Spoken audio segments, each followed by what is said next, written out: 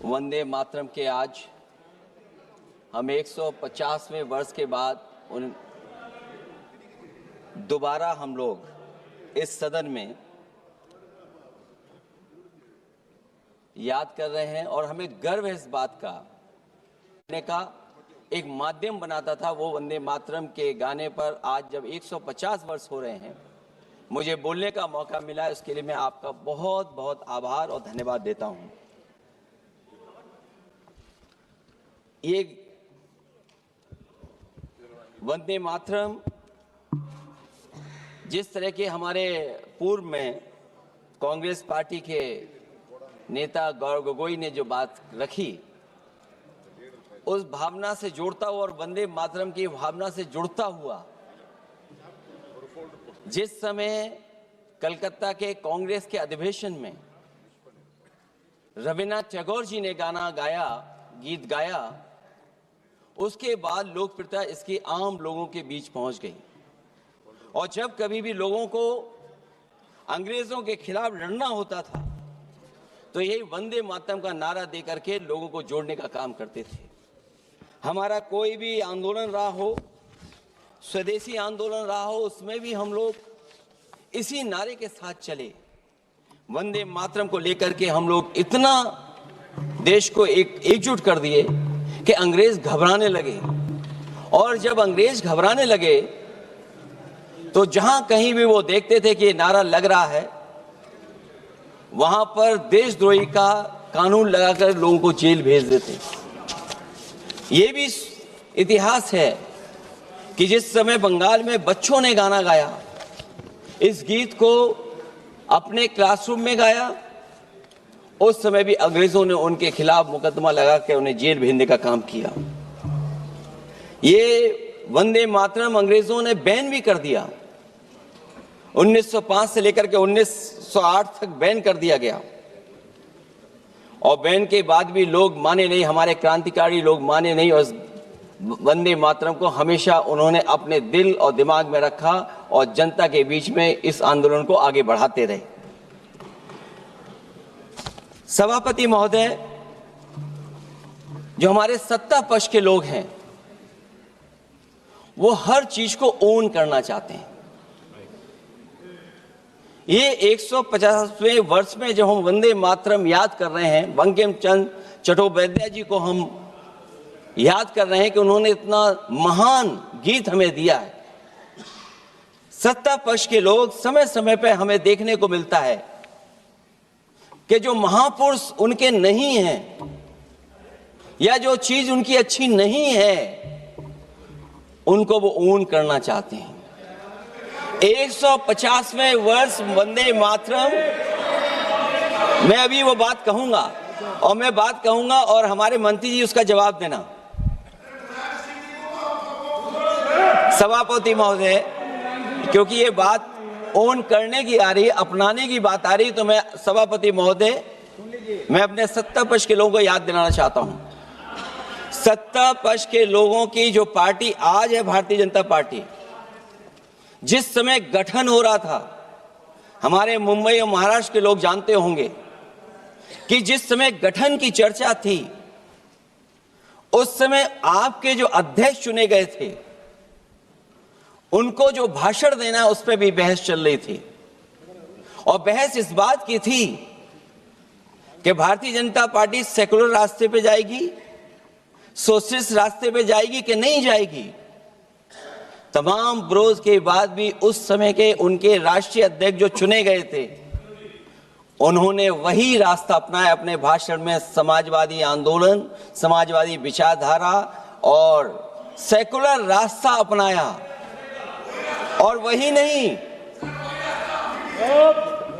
नहीं, जो उनका मंच था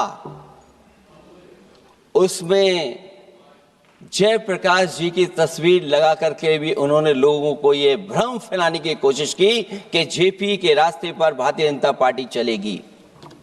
बताएं माननीय मंत्री जी, आप कितने सेकुलर हैं आज, कितने सोशलिस्ट हैं आज? अभी गौरव गोगोई जी ने ठीक कहा, इंडिगो का हवाई जहाज उड़ नहीं रहे कि उड़ाए नहीं जा रहे हैं। उड़ाए नहीं जाए। और क्या बात कही गई थी हवाई चप्पल। कि गरीब भी उसमें चल सकेगा। इसलिए सभापति महोदय, मैं बात दूसरी तरफ नहीं ले जाना चाहता हूं। वंदे मातरम सिर्फ गाने के लिए नहीं है, निभाने के लिए भी होना चाहिए। सभापति महोदय, आज हम आकलन करें, पीछे मुड़ करके देखें कि हम इस वंदे मातरम को कितना निभा रहे हैं। जिस वंदे मातरम ने आजादी के आंदोलन में सबको जोड़ा, आज के दरारवादी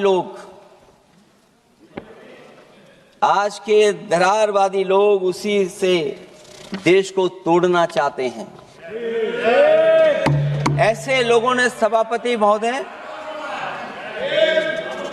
ऐसे लोगों ने पहले भी देश के साथ दगा किया और आज भी कर रहे हैं। ये चर्चा तो जोड़ने का काम करेगी ना अखिलेश जी, क्योंकि आज वंदे मातरम की चर्चा, वही मैं कह रहा हूँ, वंदे मातरम में जोड़ने का ही काम करेगी।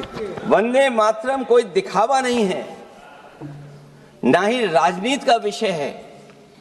क्योंकि सभापति महोदय, हम जब ये चीज इनके विचारों से, इनके भाषणों से जब बाहर सुनते हैं तो ऐसा लगता है कि वंदे मातरम इन्हीं का बनवाया हुआ गाना है।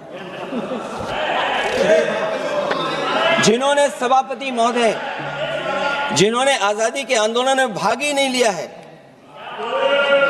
वो वंदे मातरम का महत्व क्या जानेंगे। सच तो ये है कि सरफरोश लोग वंदे मातरम दिल से बोलते थे।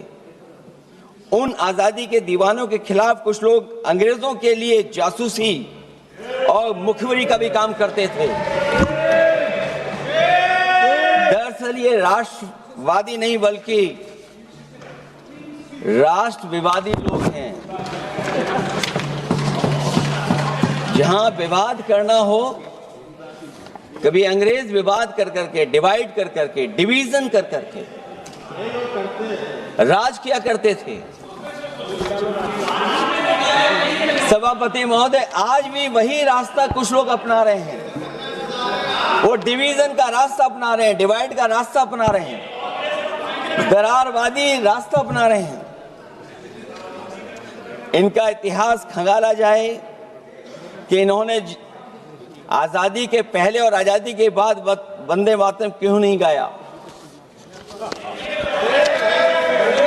ये सभापति महोदय, आज जब हम वंदे मातरम पे इतनी चर्चा कर रहे हैं, जिस भाव से हम लोग यहाँ बैठे हैं, कम से कम ये भी खंगाला जाए इतिहास में कि वंदे मातरम कुछ लोगों ने कब गाया।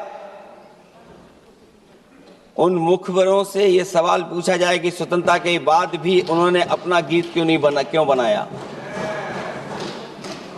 उनकी एक रंगी सोच ने तिरंगा क्यों नहीं फहराया।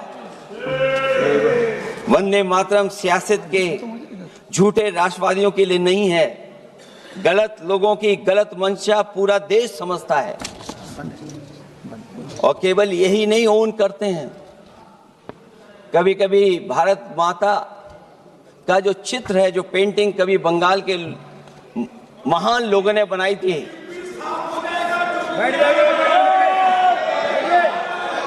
सभापति महोदय, इनको देख लीजिए और फिर बैठ जाओ। सभापति महोदय, राजभर जी आप बैठिए, आपके नेता सभापति महोदय, वंदे मातरम का भाव ये भी था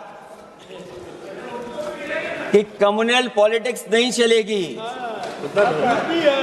और कम से कम हमारे उत्तर प्रदेश के साथियों ने कम्युनल पॉलिटिक्स को अंत किया है वहां पर जहां से कभी इन्होंने शुरू की थी। और सभापति महोदय, वंदे मातरम एक भाव के रूप में हमारे अंदर बसा है। चाहे उसके शब्द ना याद हो, चाहे अर्थ ना मालूम हो, चाहे पूरा याद ना हो, उस सच्चे भारतीय के अंदर देश प्रेम की भावना जगाने के लिए इसके दो शब्द ही काफी हैं। जो सच में देश की एकता और अखंडता चाहते हैं, जो भाईचारे को बुनियाद मानते हैं, उनके लिए दो शब्द भी पर्याप्त हैं जो इस वंदे मातरम से हमें मिलते हैं।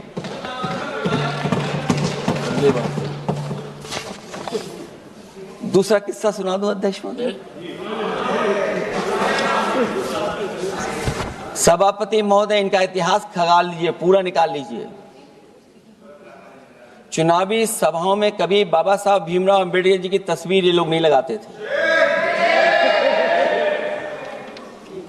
ये बात अगर सही हो तो बता दो। और ये तस्वीर कब लगाना शुरू किए? इनका एक सहयोगी साथी संगठन, जिस समय समाजवादी पार्टी और बहुजन समाज पार्टी ने मिलकर के इन्हें उत्तर प्रदेश में हरा दिया था, उसी दिन के बाद से बाबा साहब भीमराव अंबेडकर की प्रतिमा और तस्वीर लगाने लगे।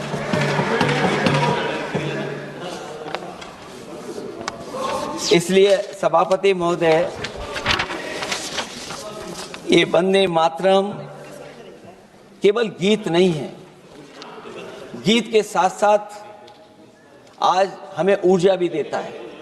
उस समय क्रांतिकारियों को ऊर्जा मिलती थी, एकजुटता का नारा था, हम साथ लेकर के चल रहे थे सबको, और देश के सभी लोगों ने जाति धर्म को भुला करके एक साथ मिलकर के वंदे मातरम के सहारे अंग्रेजों को भगाने का लगातार कोशिश की।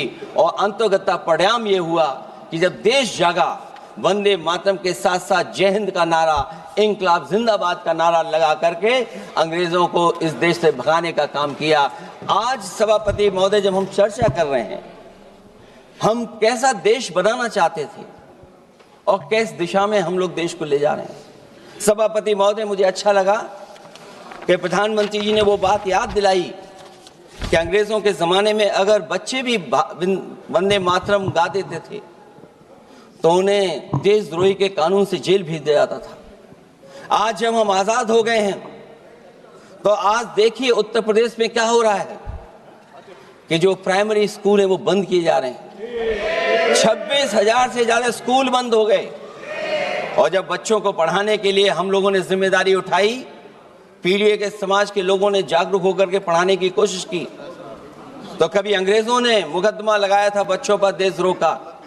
आजादी के बाद भारतीय जनता पार्टी की सरकार ने वहां पर मुकदमे उन पे लगाए जो पढ़ने गए और जो पढ़ाने गए। तो इसलिए वंदे मातरम का भाव जो था, उसी भाव से जुड़ करके हम सब मिल करके इस देश को और मजबूत करें। यही हमारी भावना है, यही हमारी सदस्यों की भावना है। जब हम 150वें वर्ष में याद कर रहे हैं तो वहीं हम ये याद करें कि जिस भावना से वंदे मातरम को हम लोगों ने देश के सामने गा गा करके अंग्रेजों को भगा दिया, ये देश कैसे मजबूत हो, एकजुट कैसे हो, बिना भेदभाव के, और संविधान से कैसे चलें, क्योंकि ये संविधान से ही मिला हुआ हमें गीत है। इसलिए इस गीत के माध्यम से हम किसी पर टिप्पणी और किसी पर थोपने की कोशिश न करें और न किसी पे दबाव बनाने की कोशिश करें। आपका सभापति जी का बहुत बहुत धन्यवाद।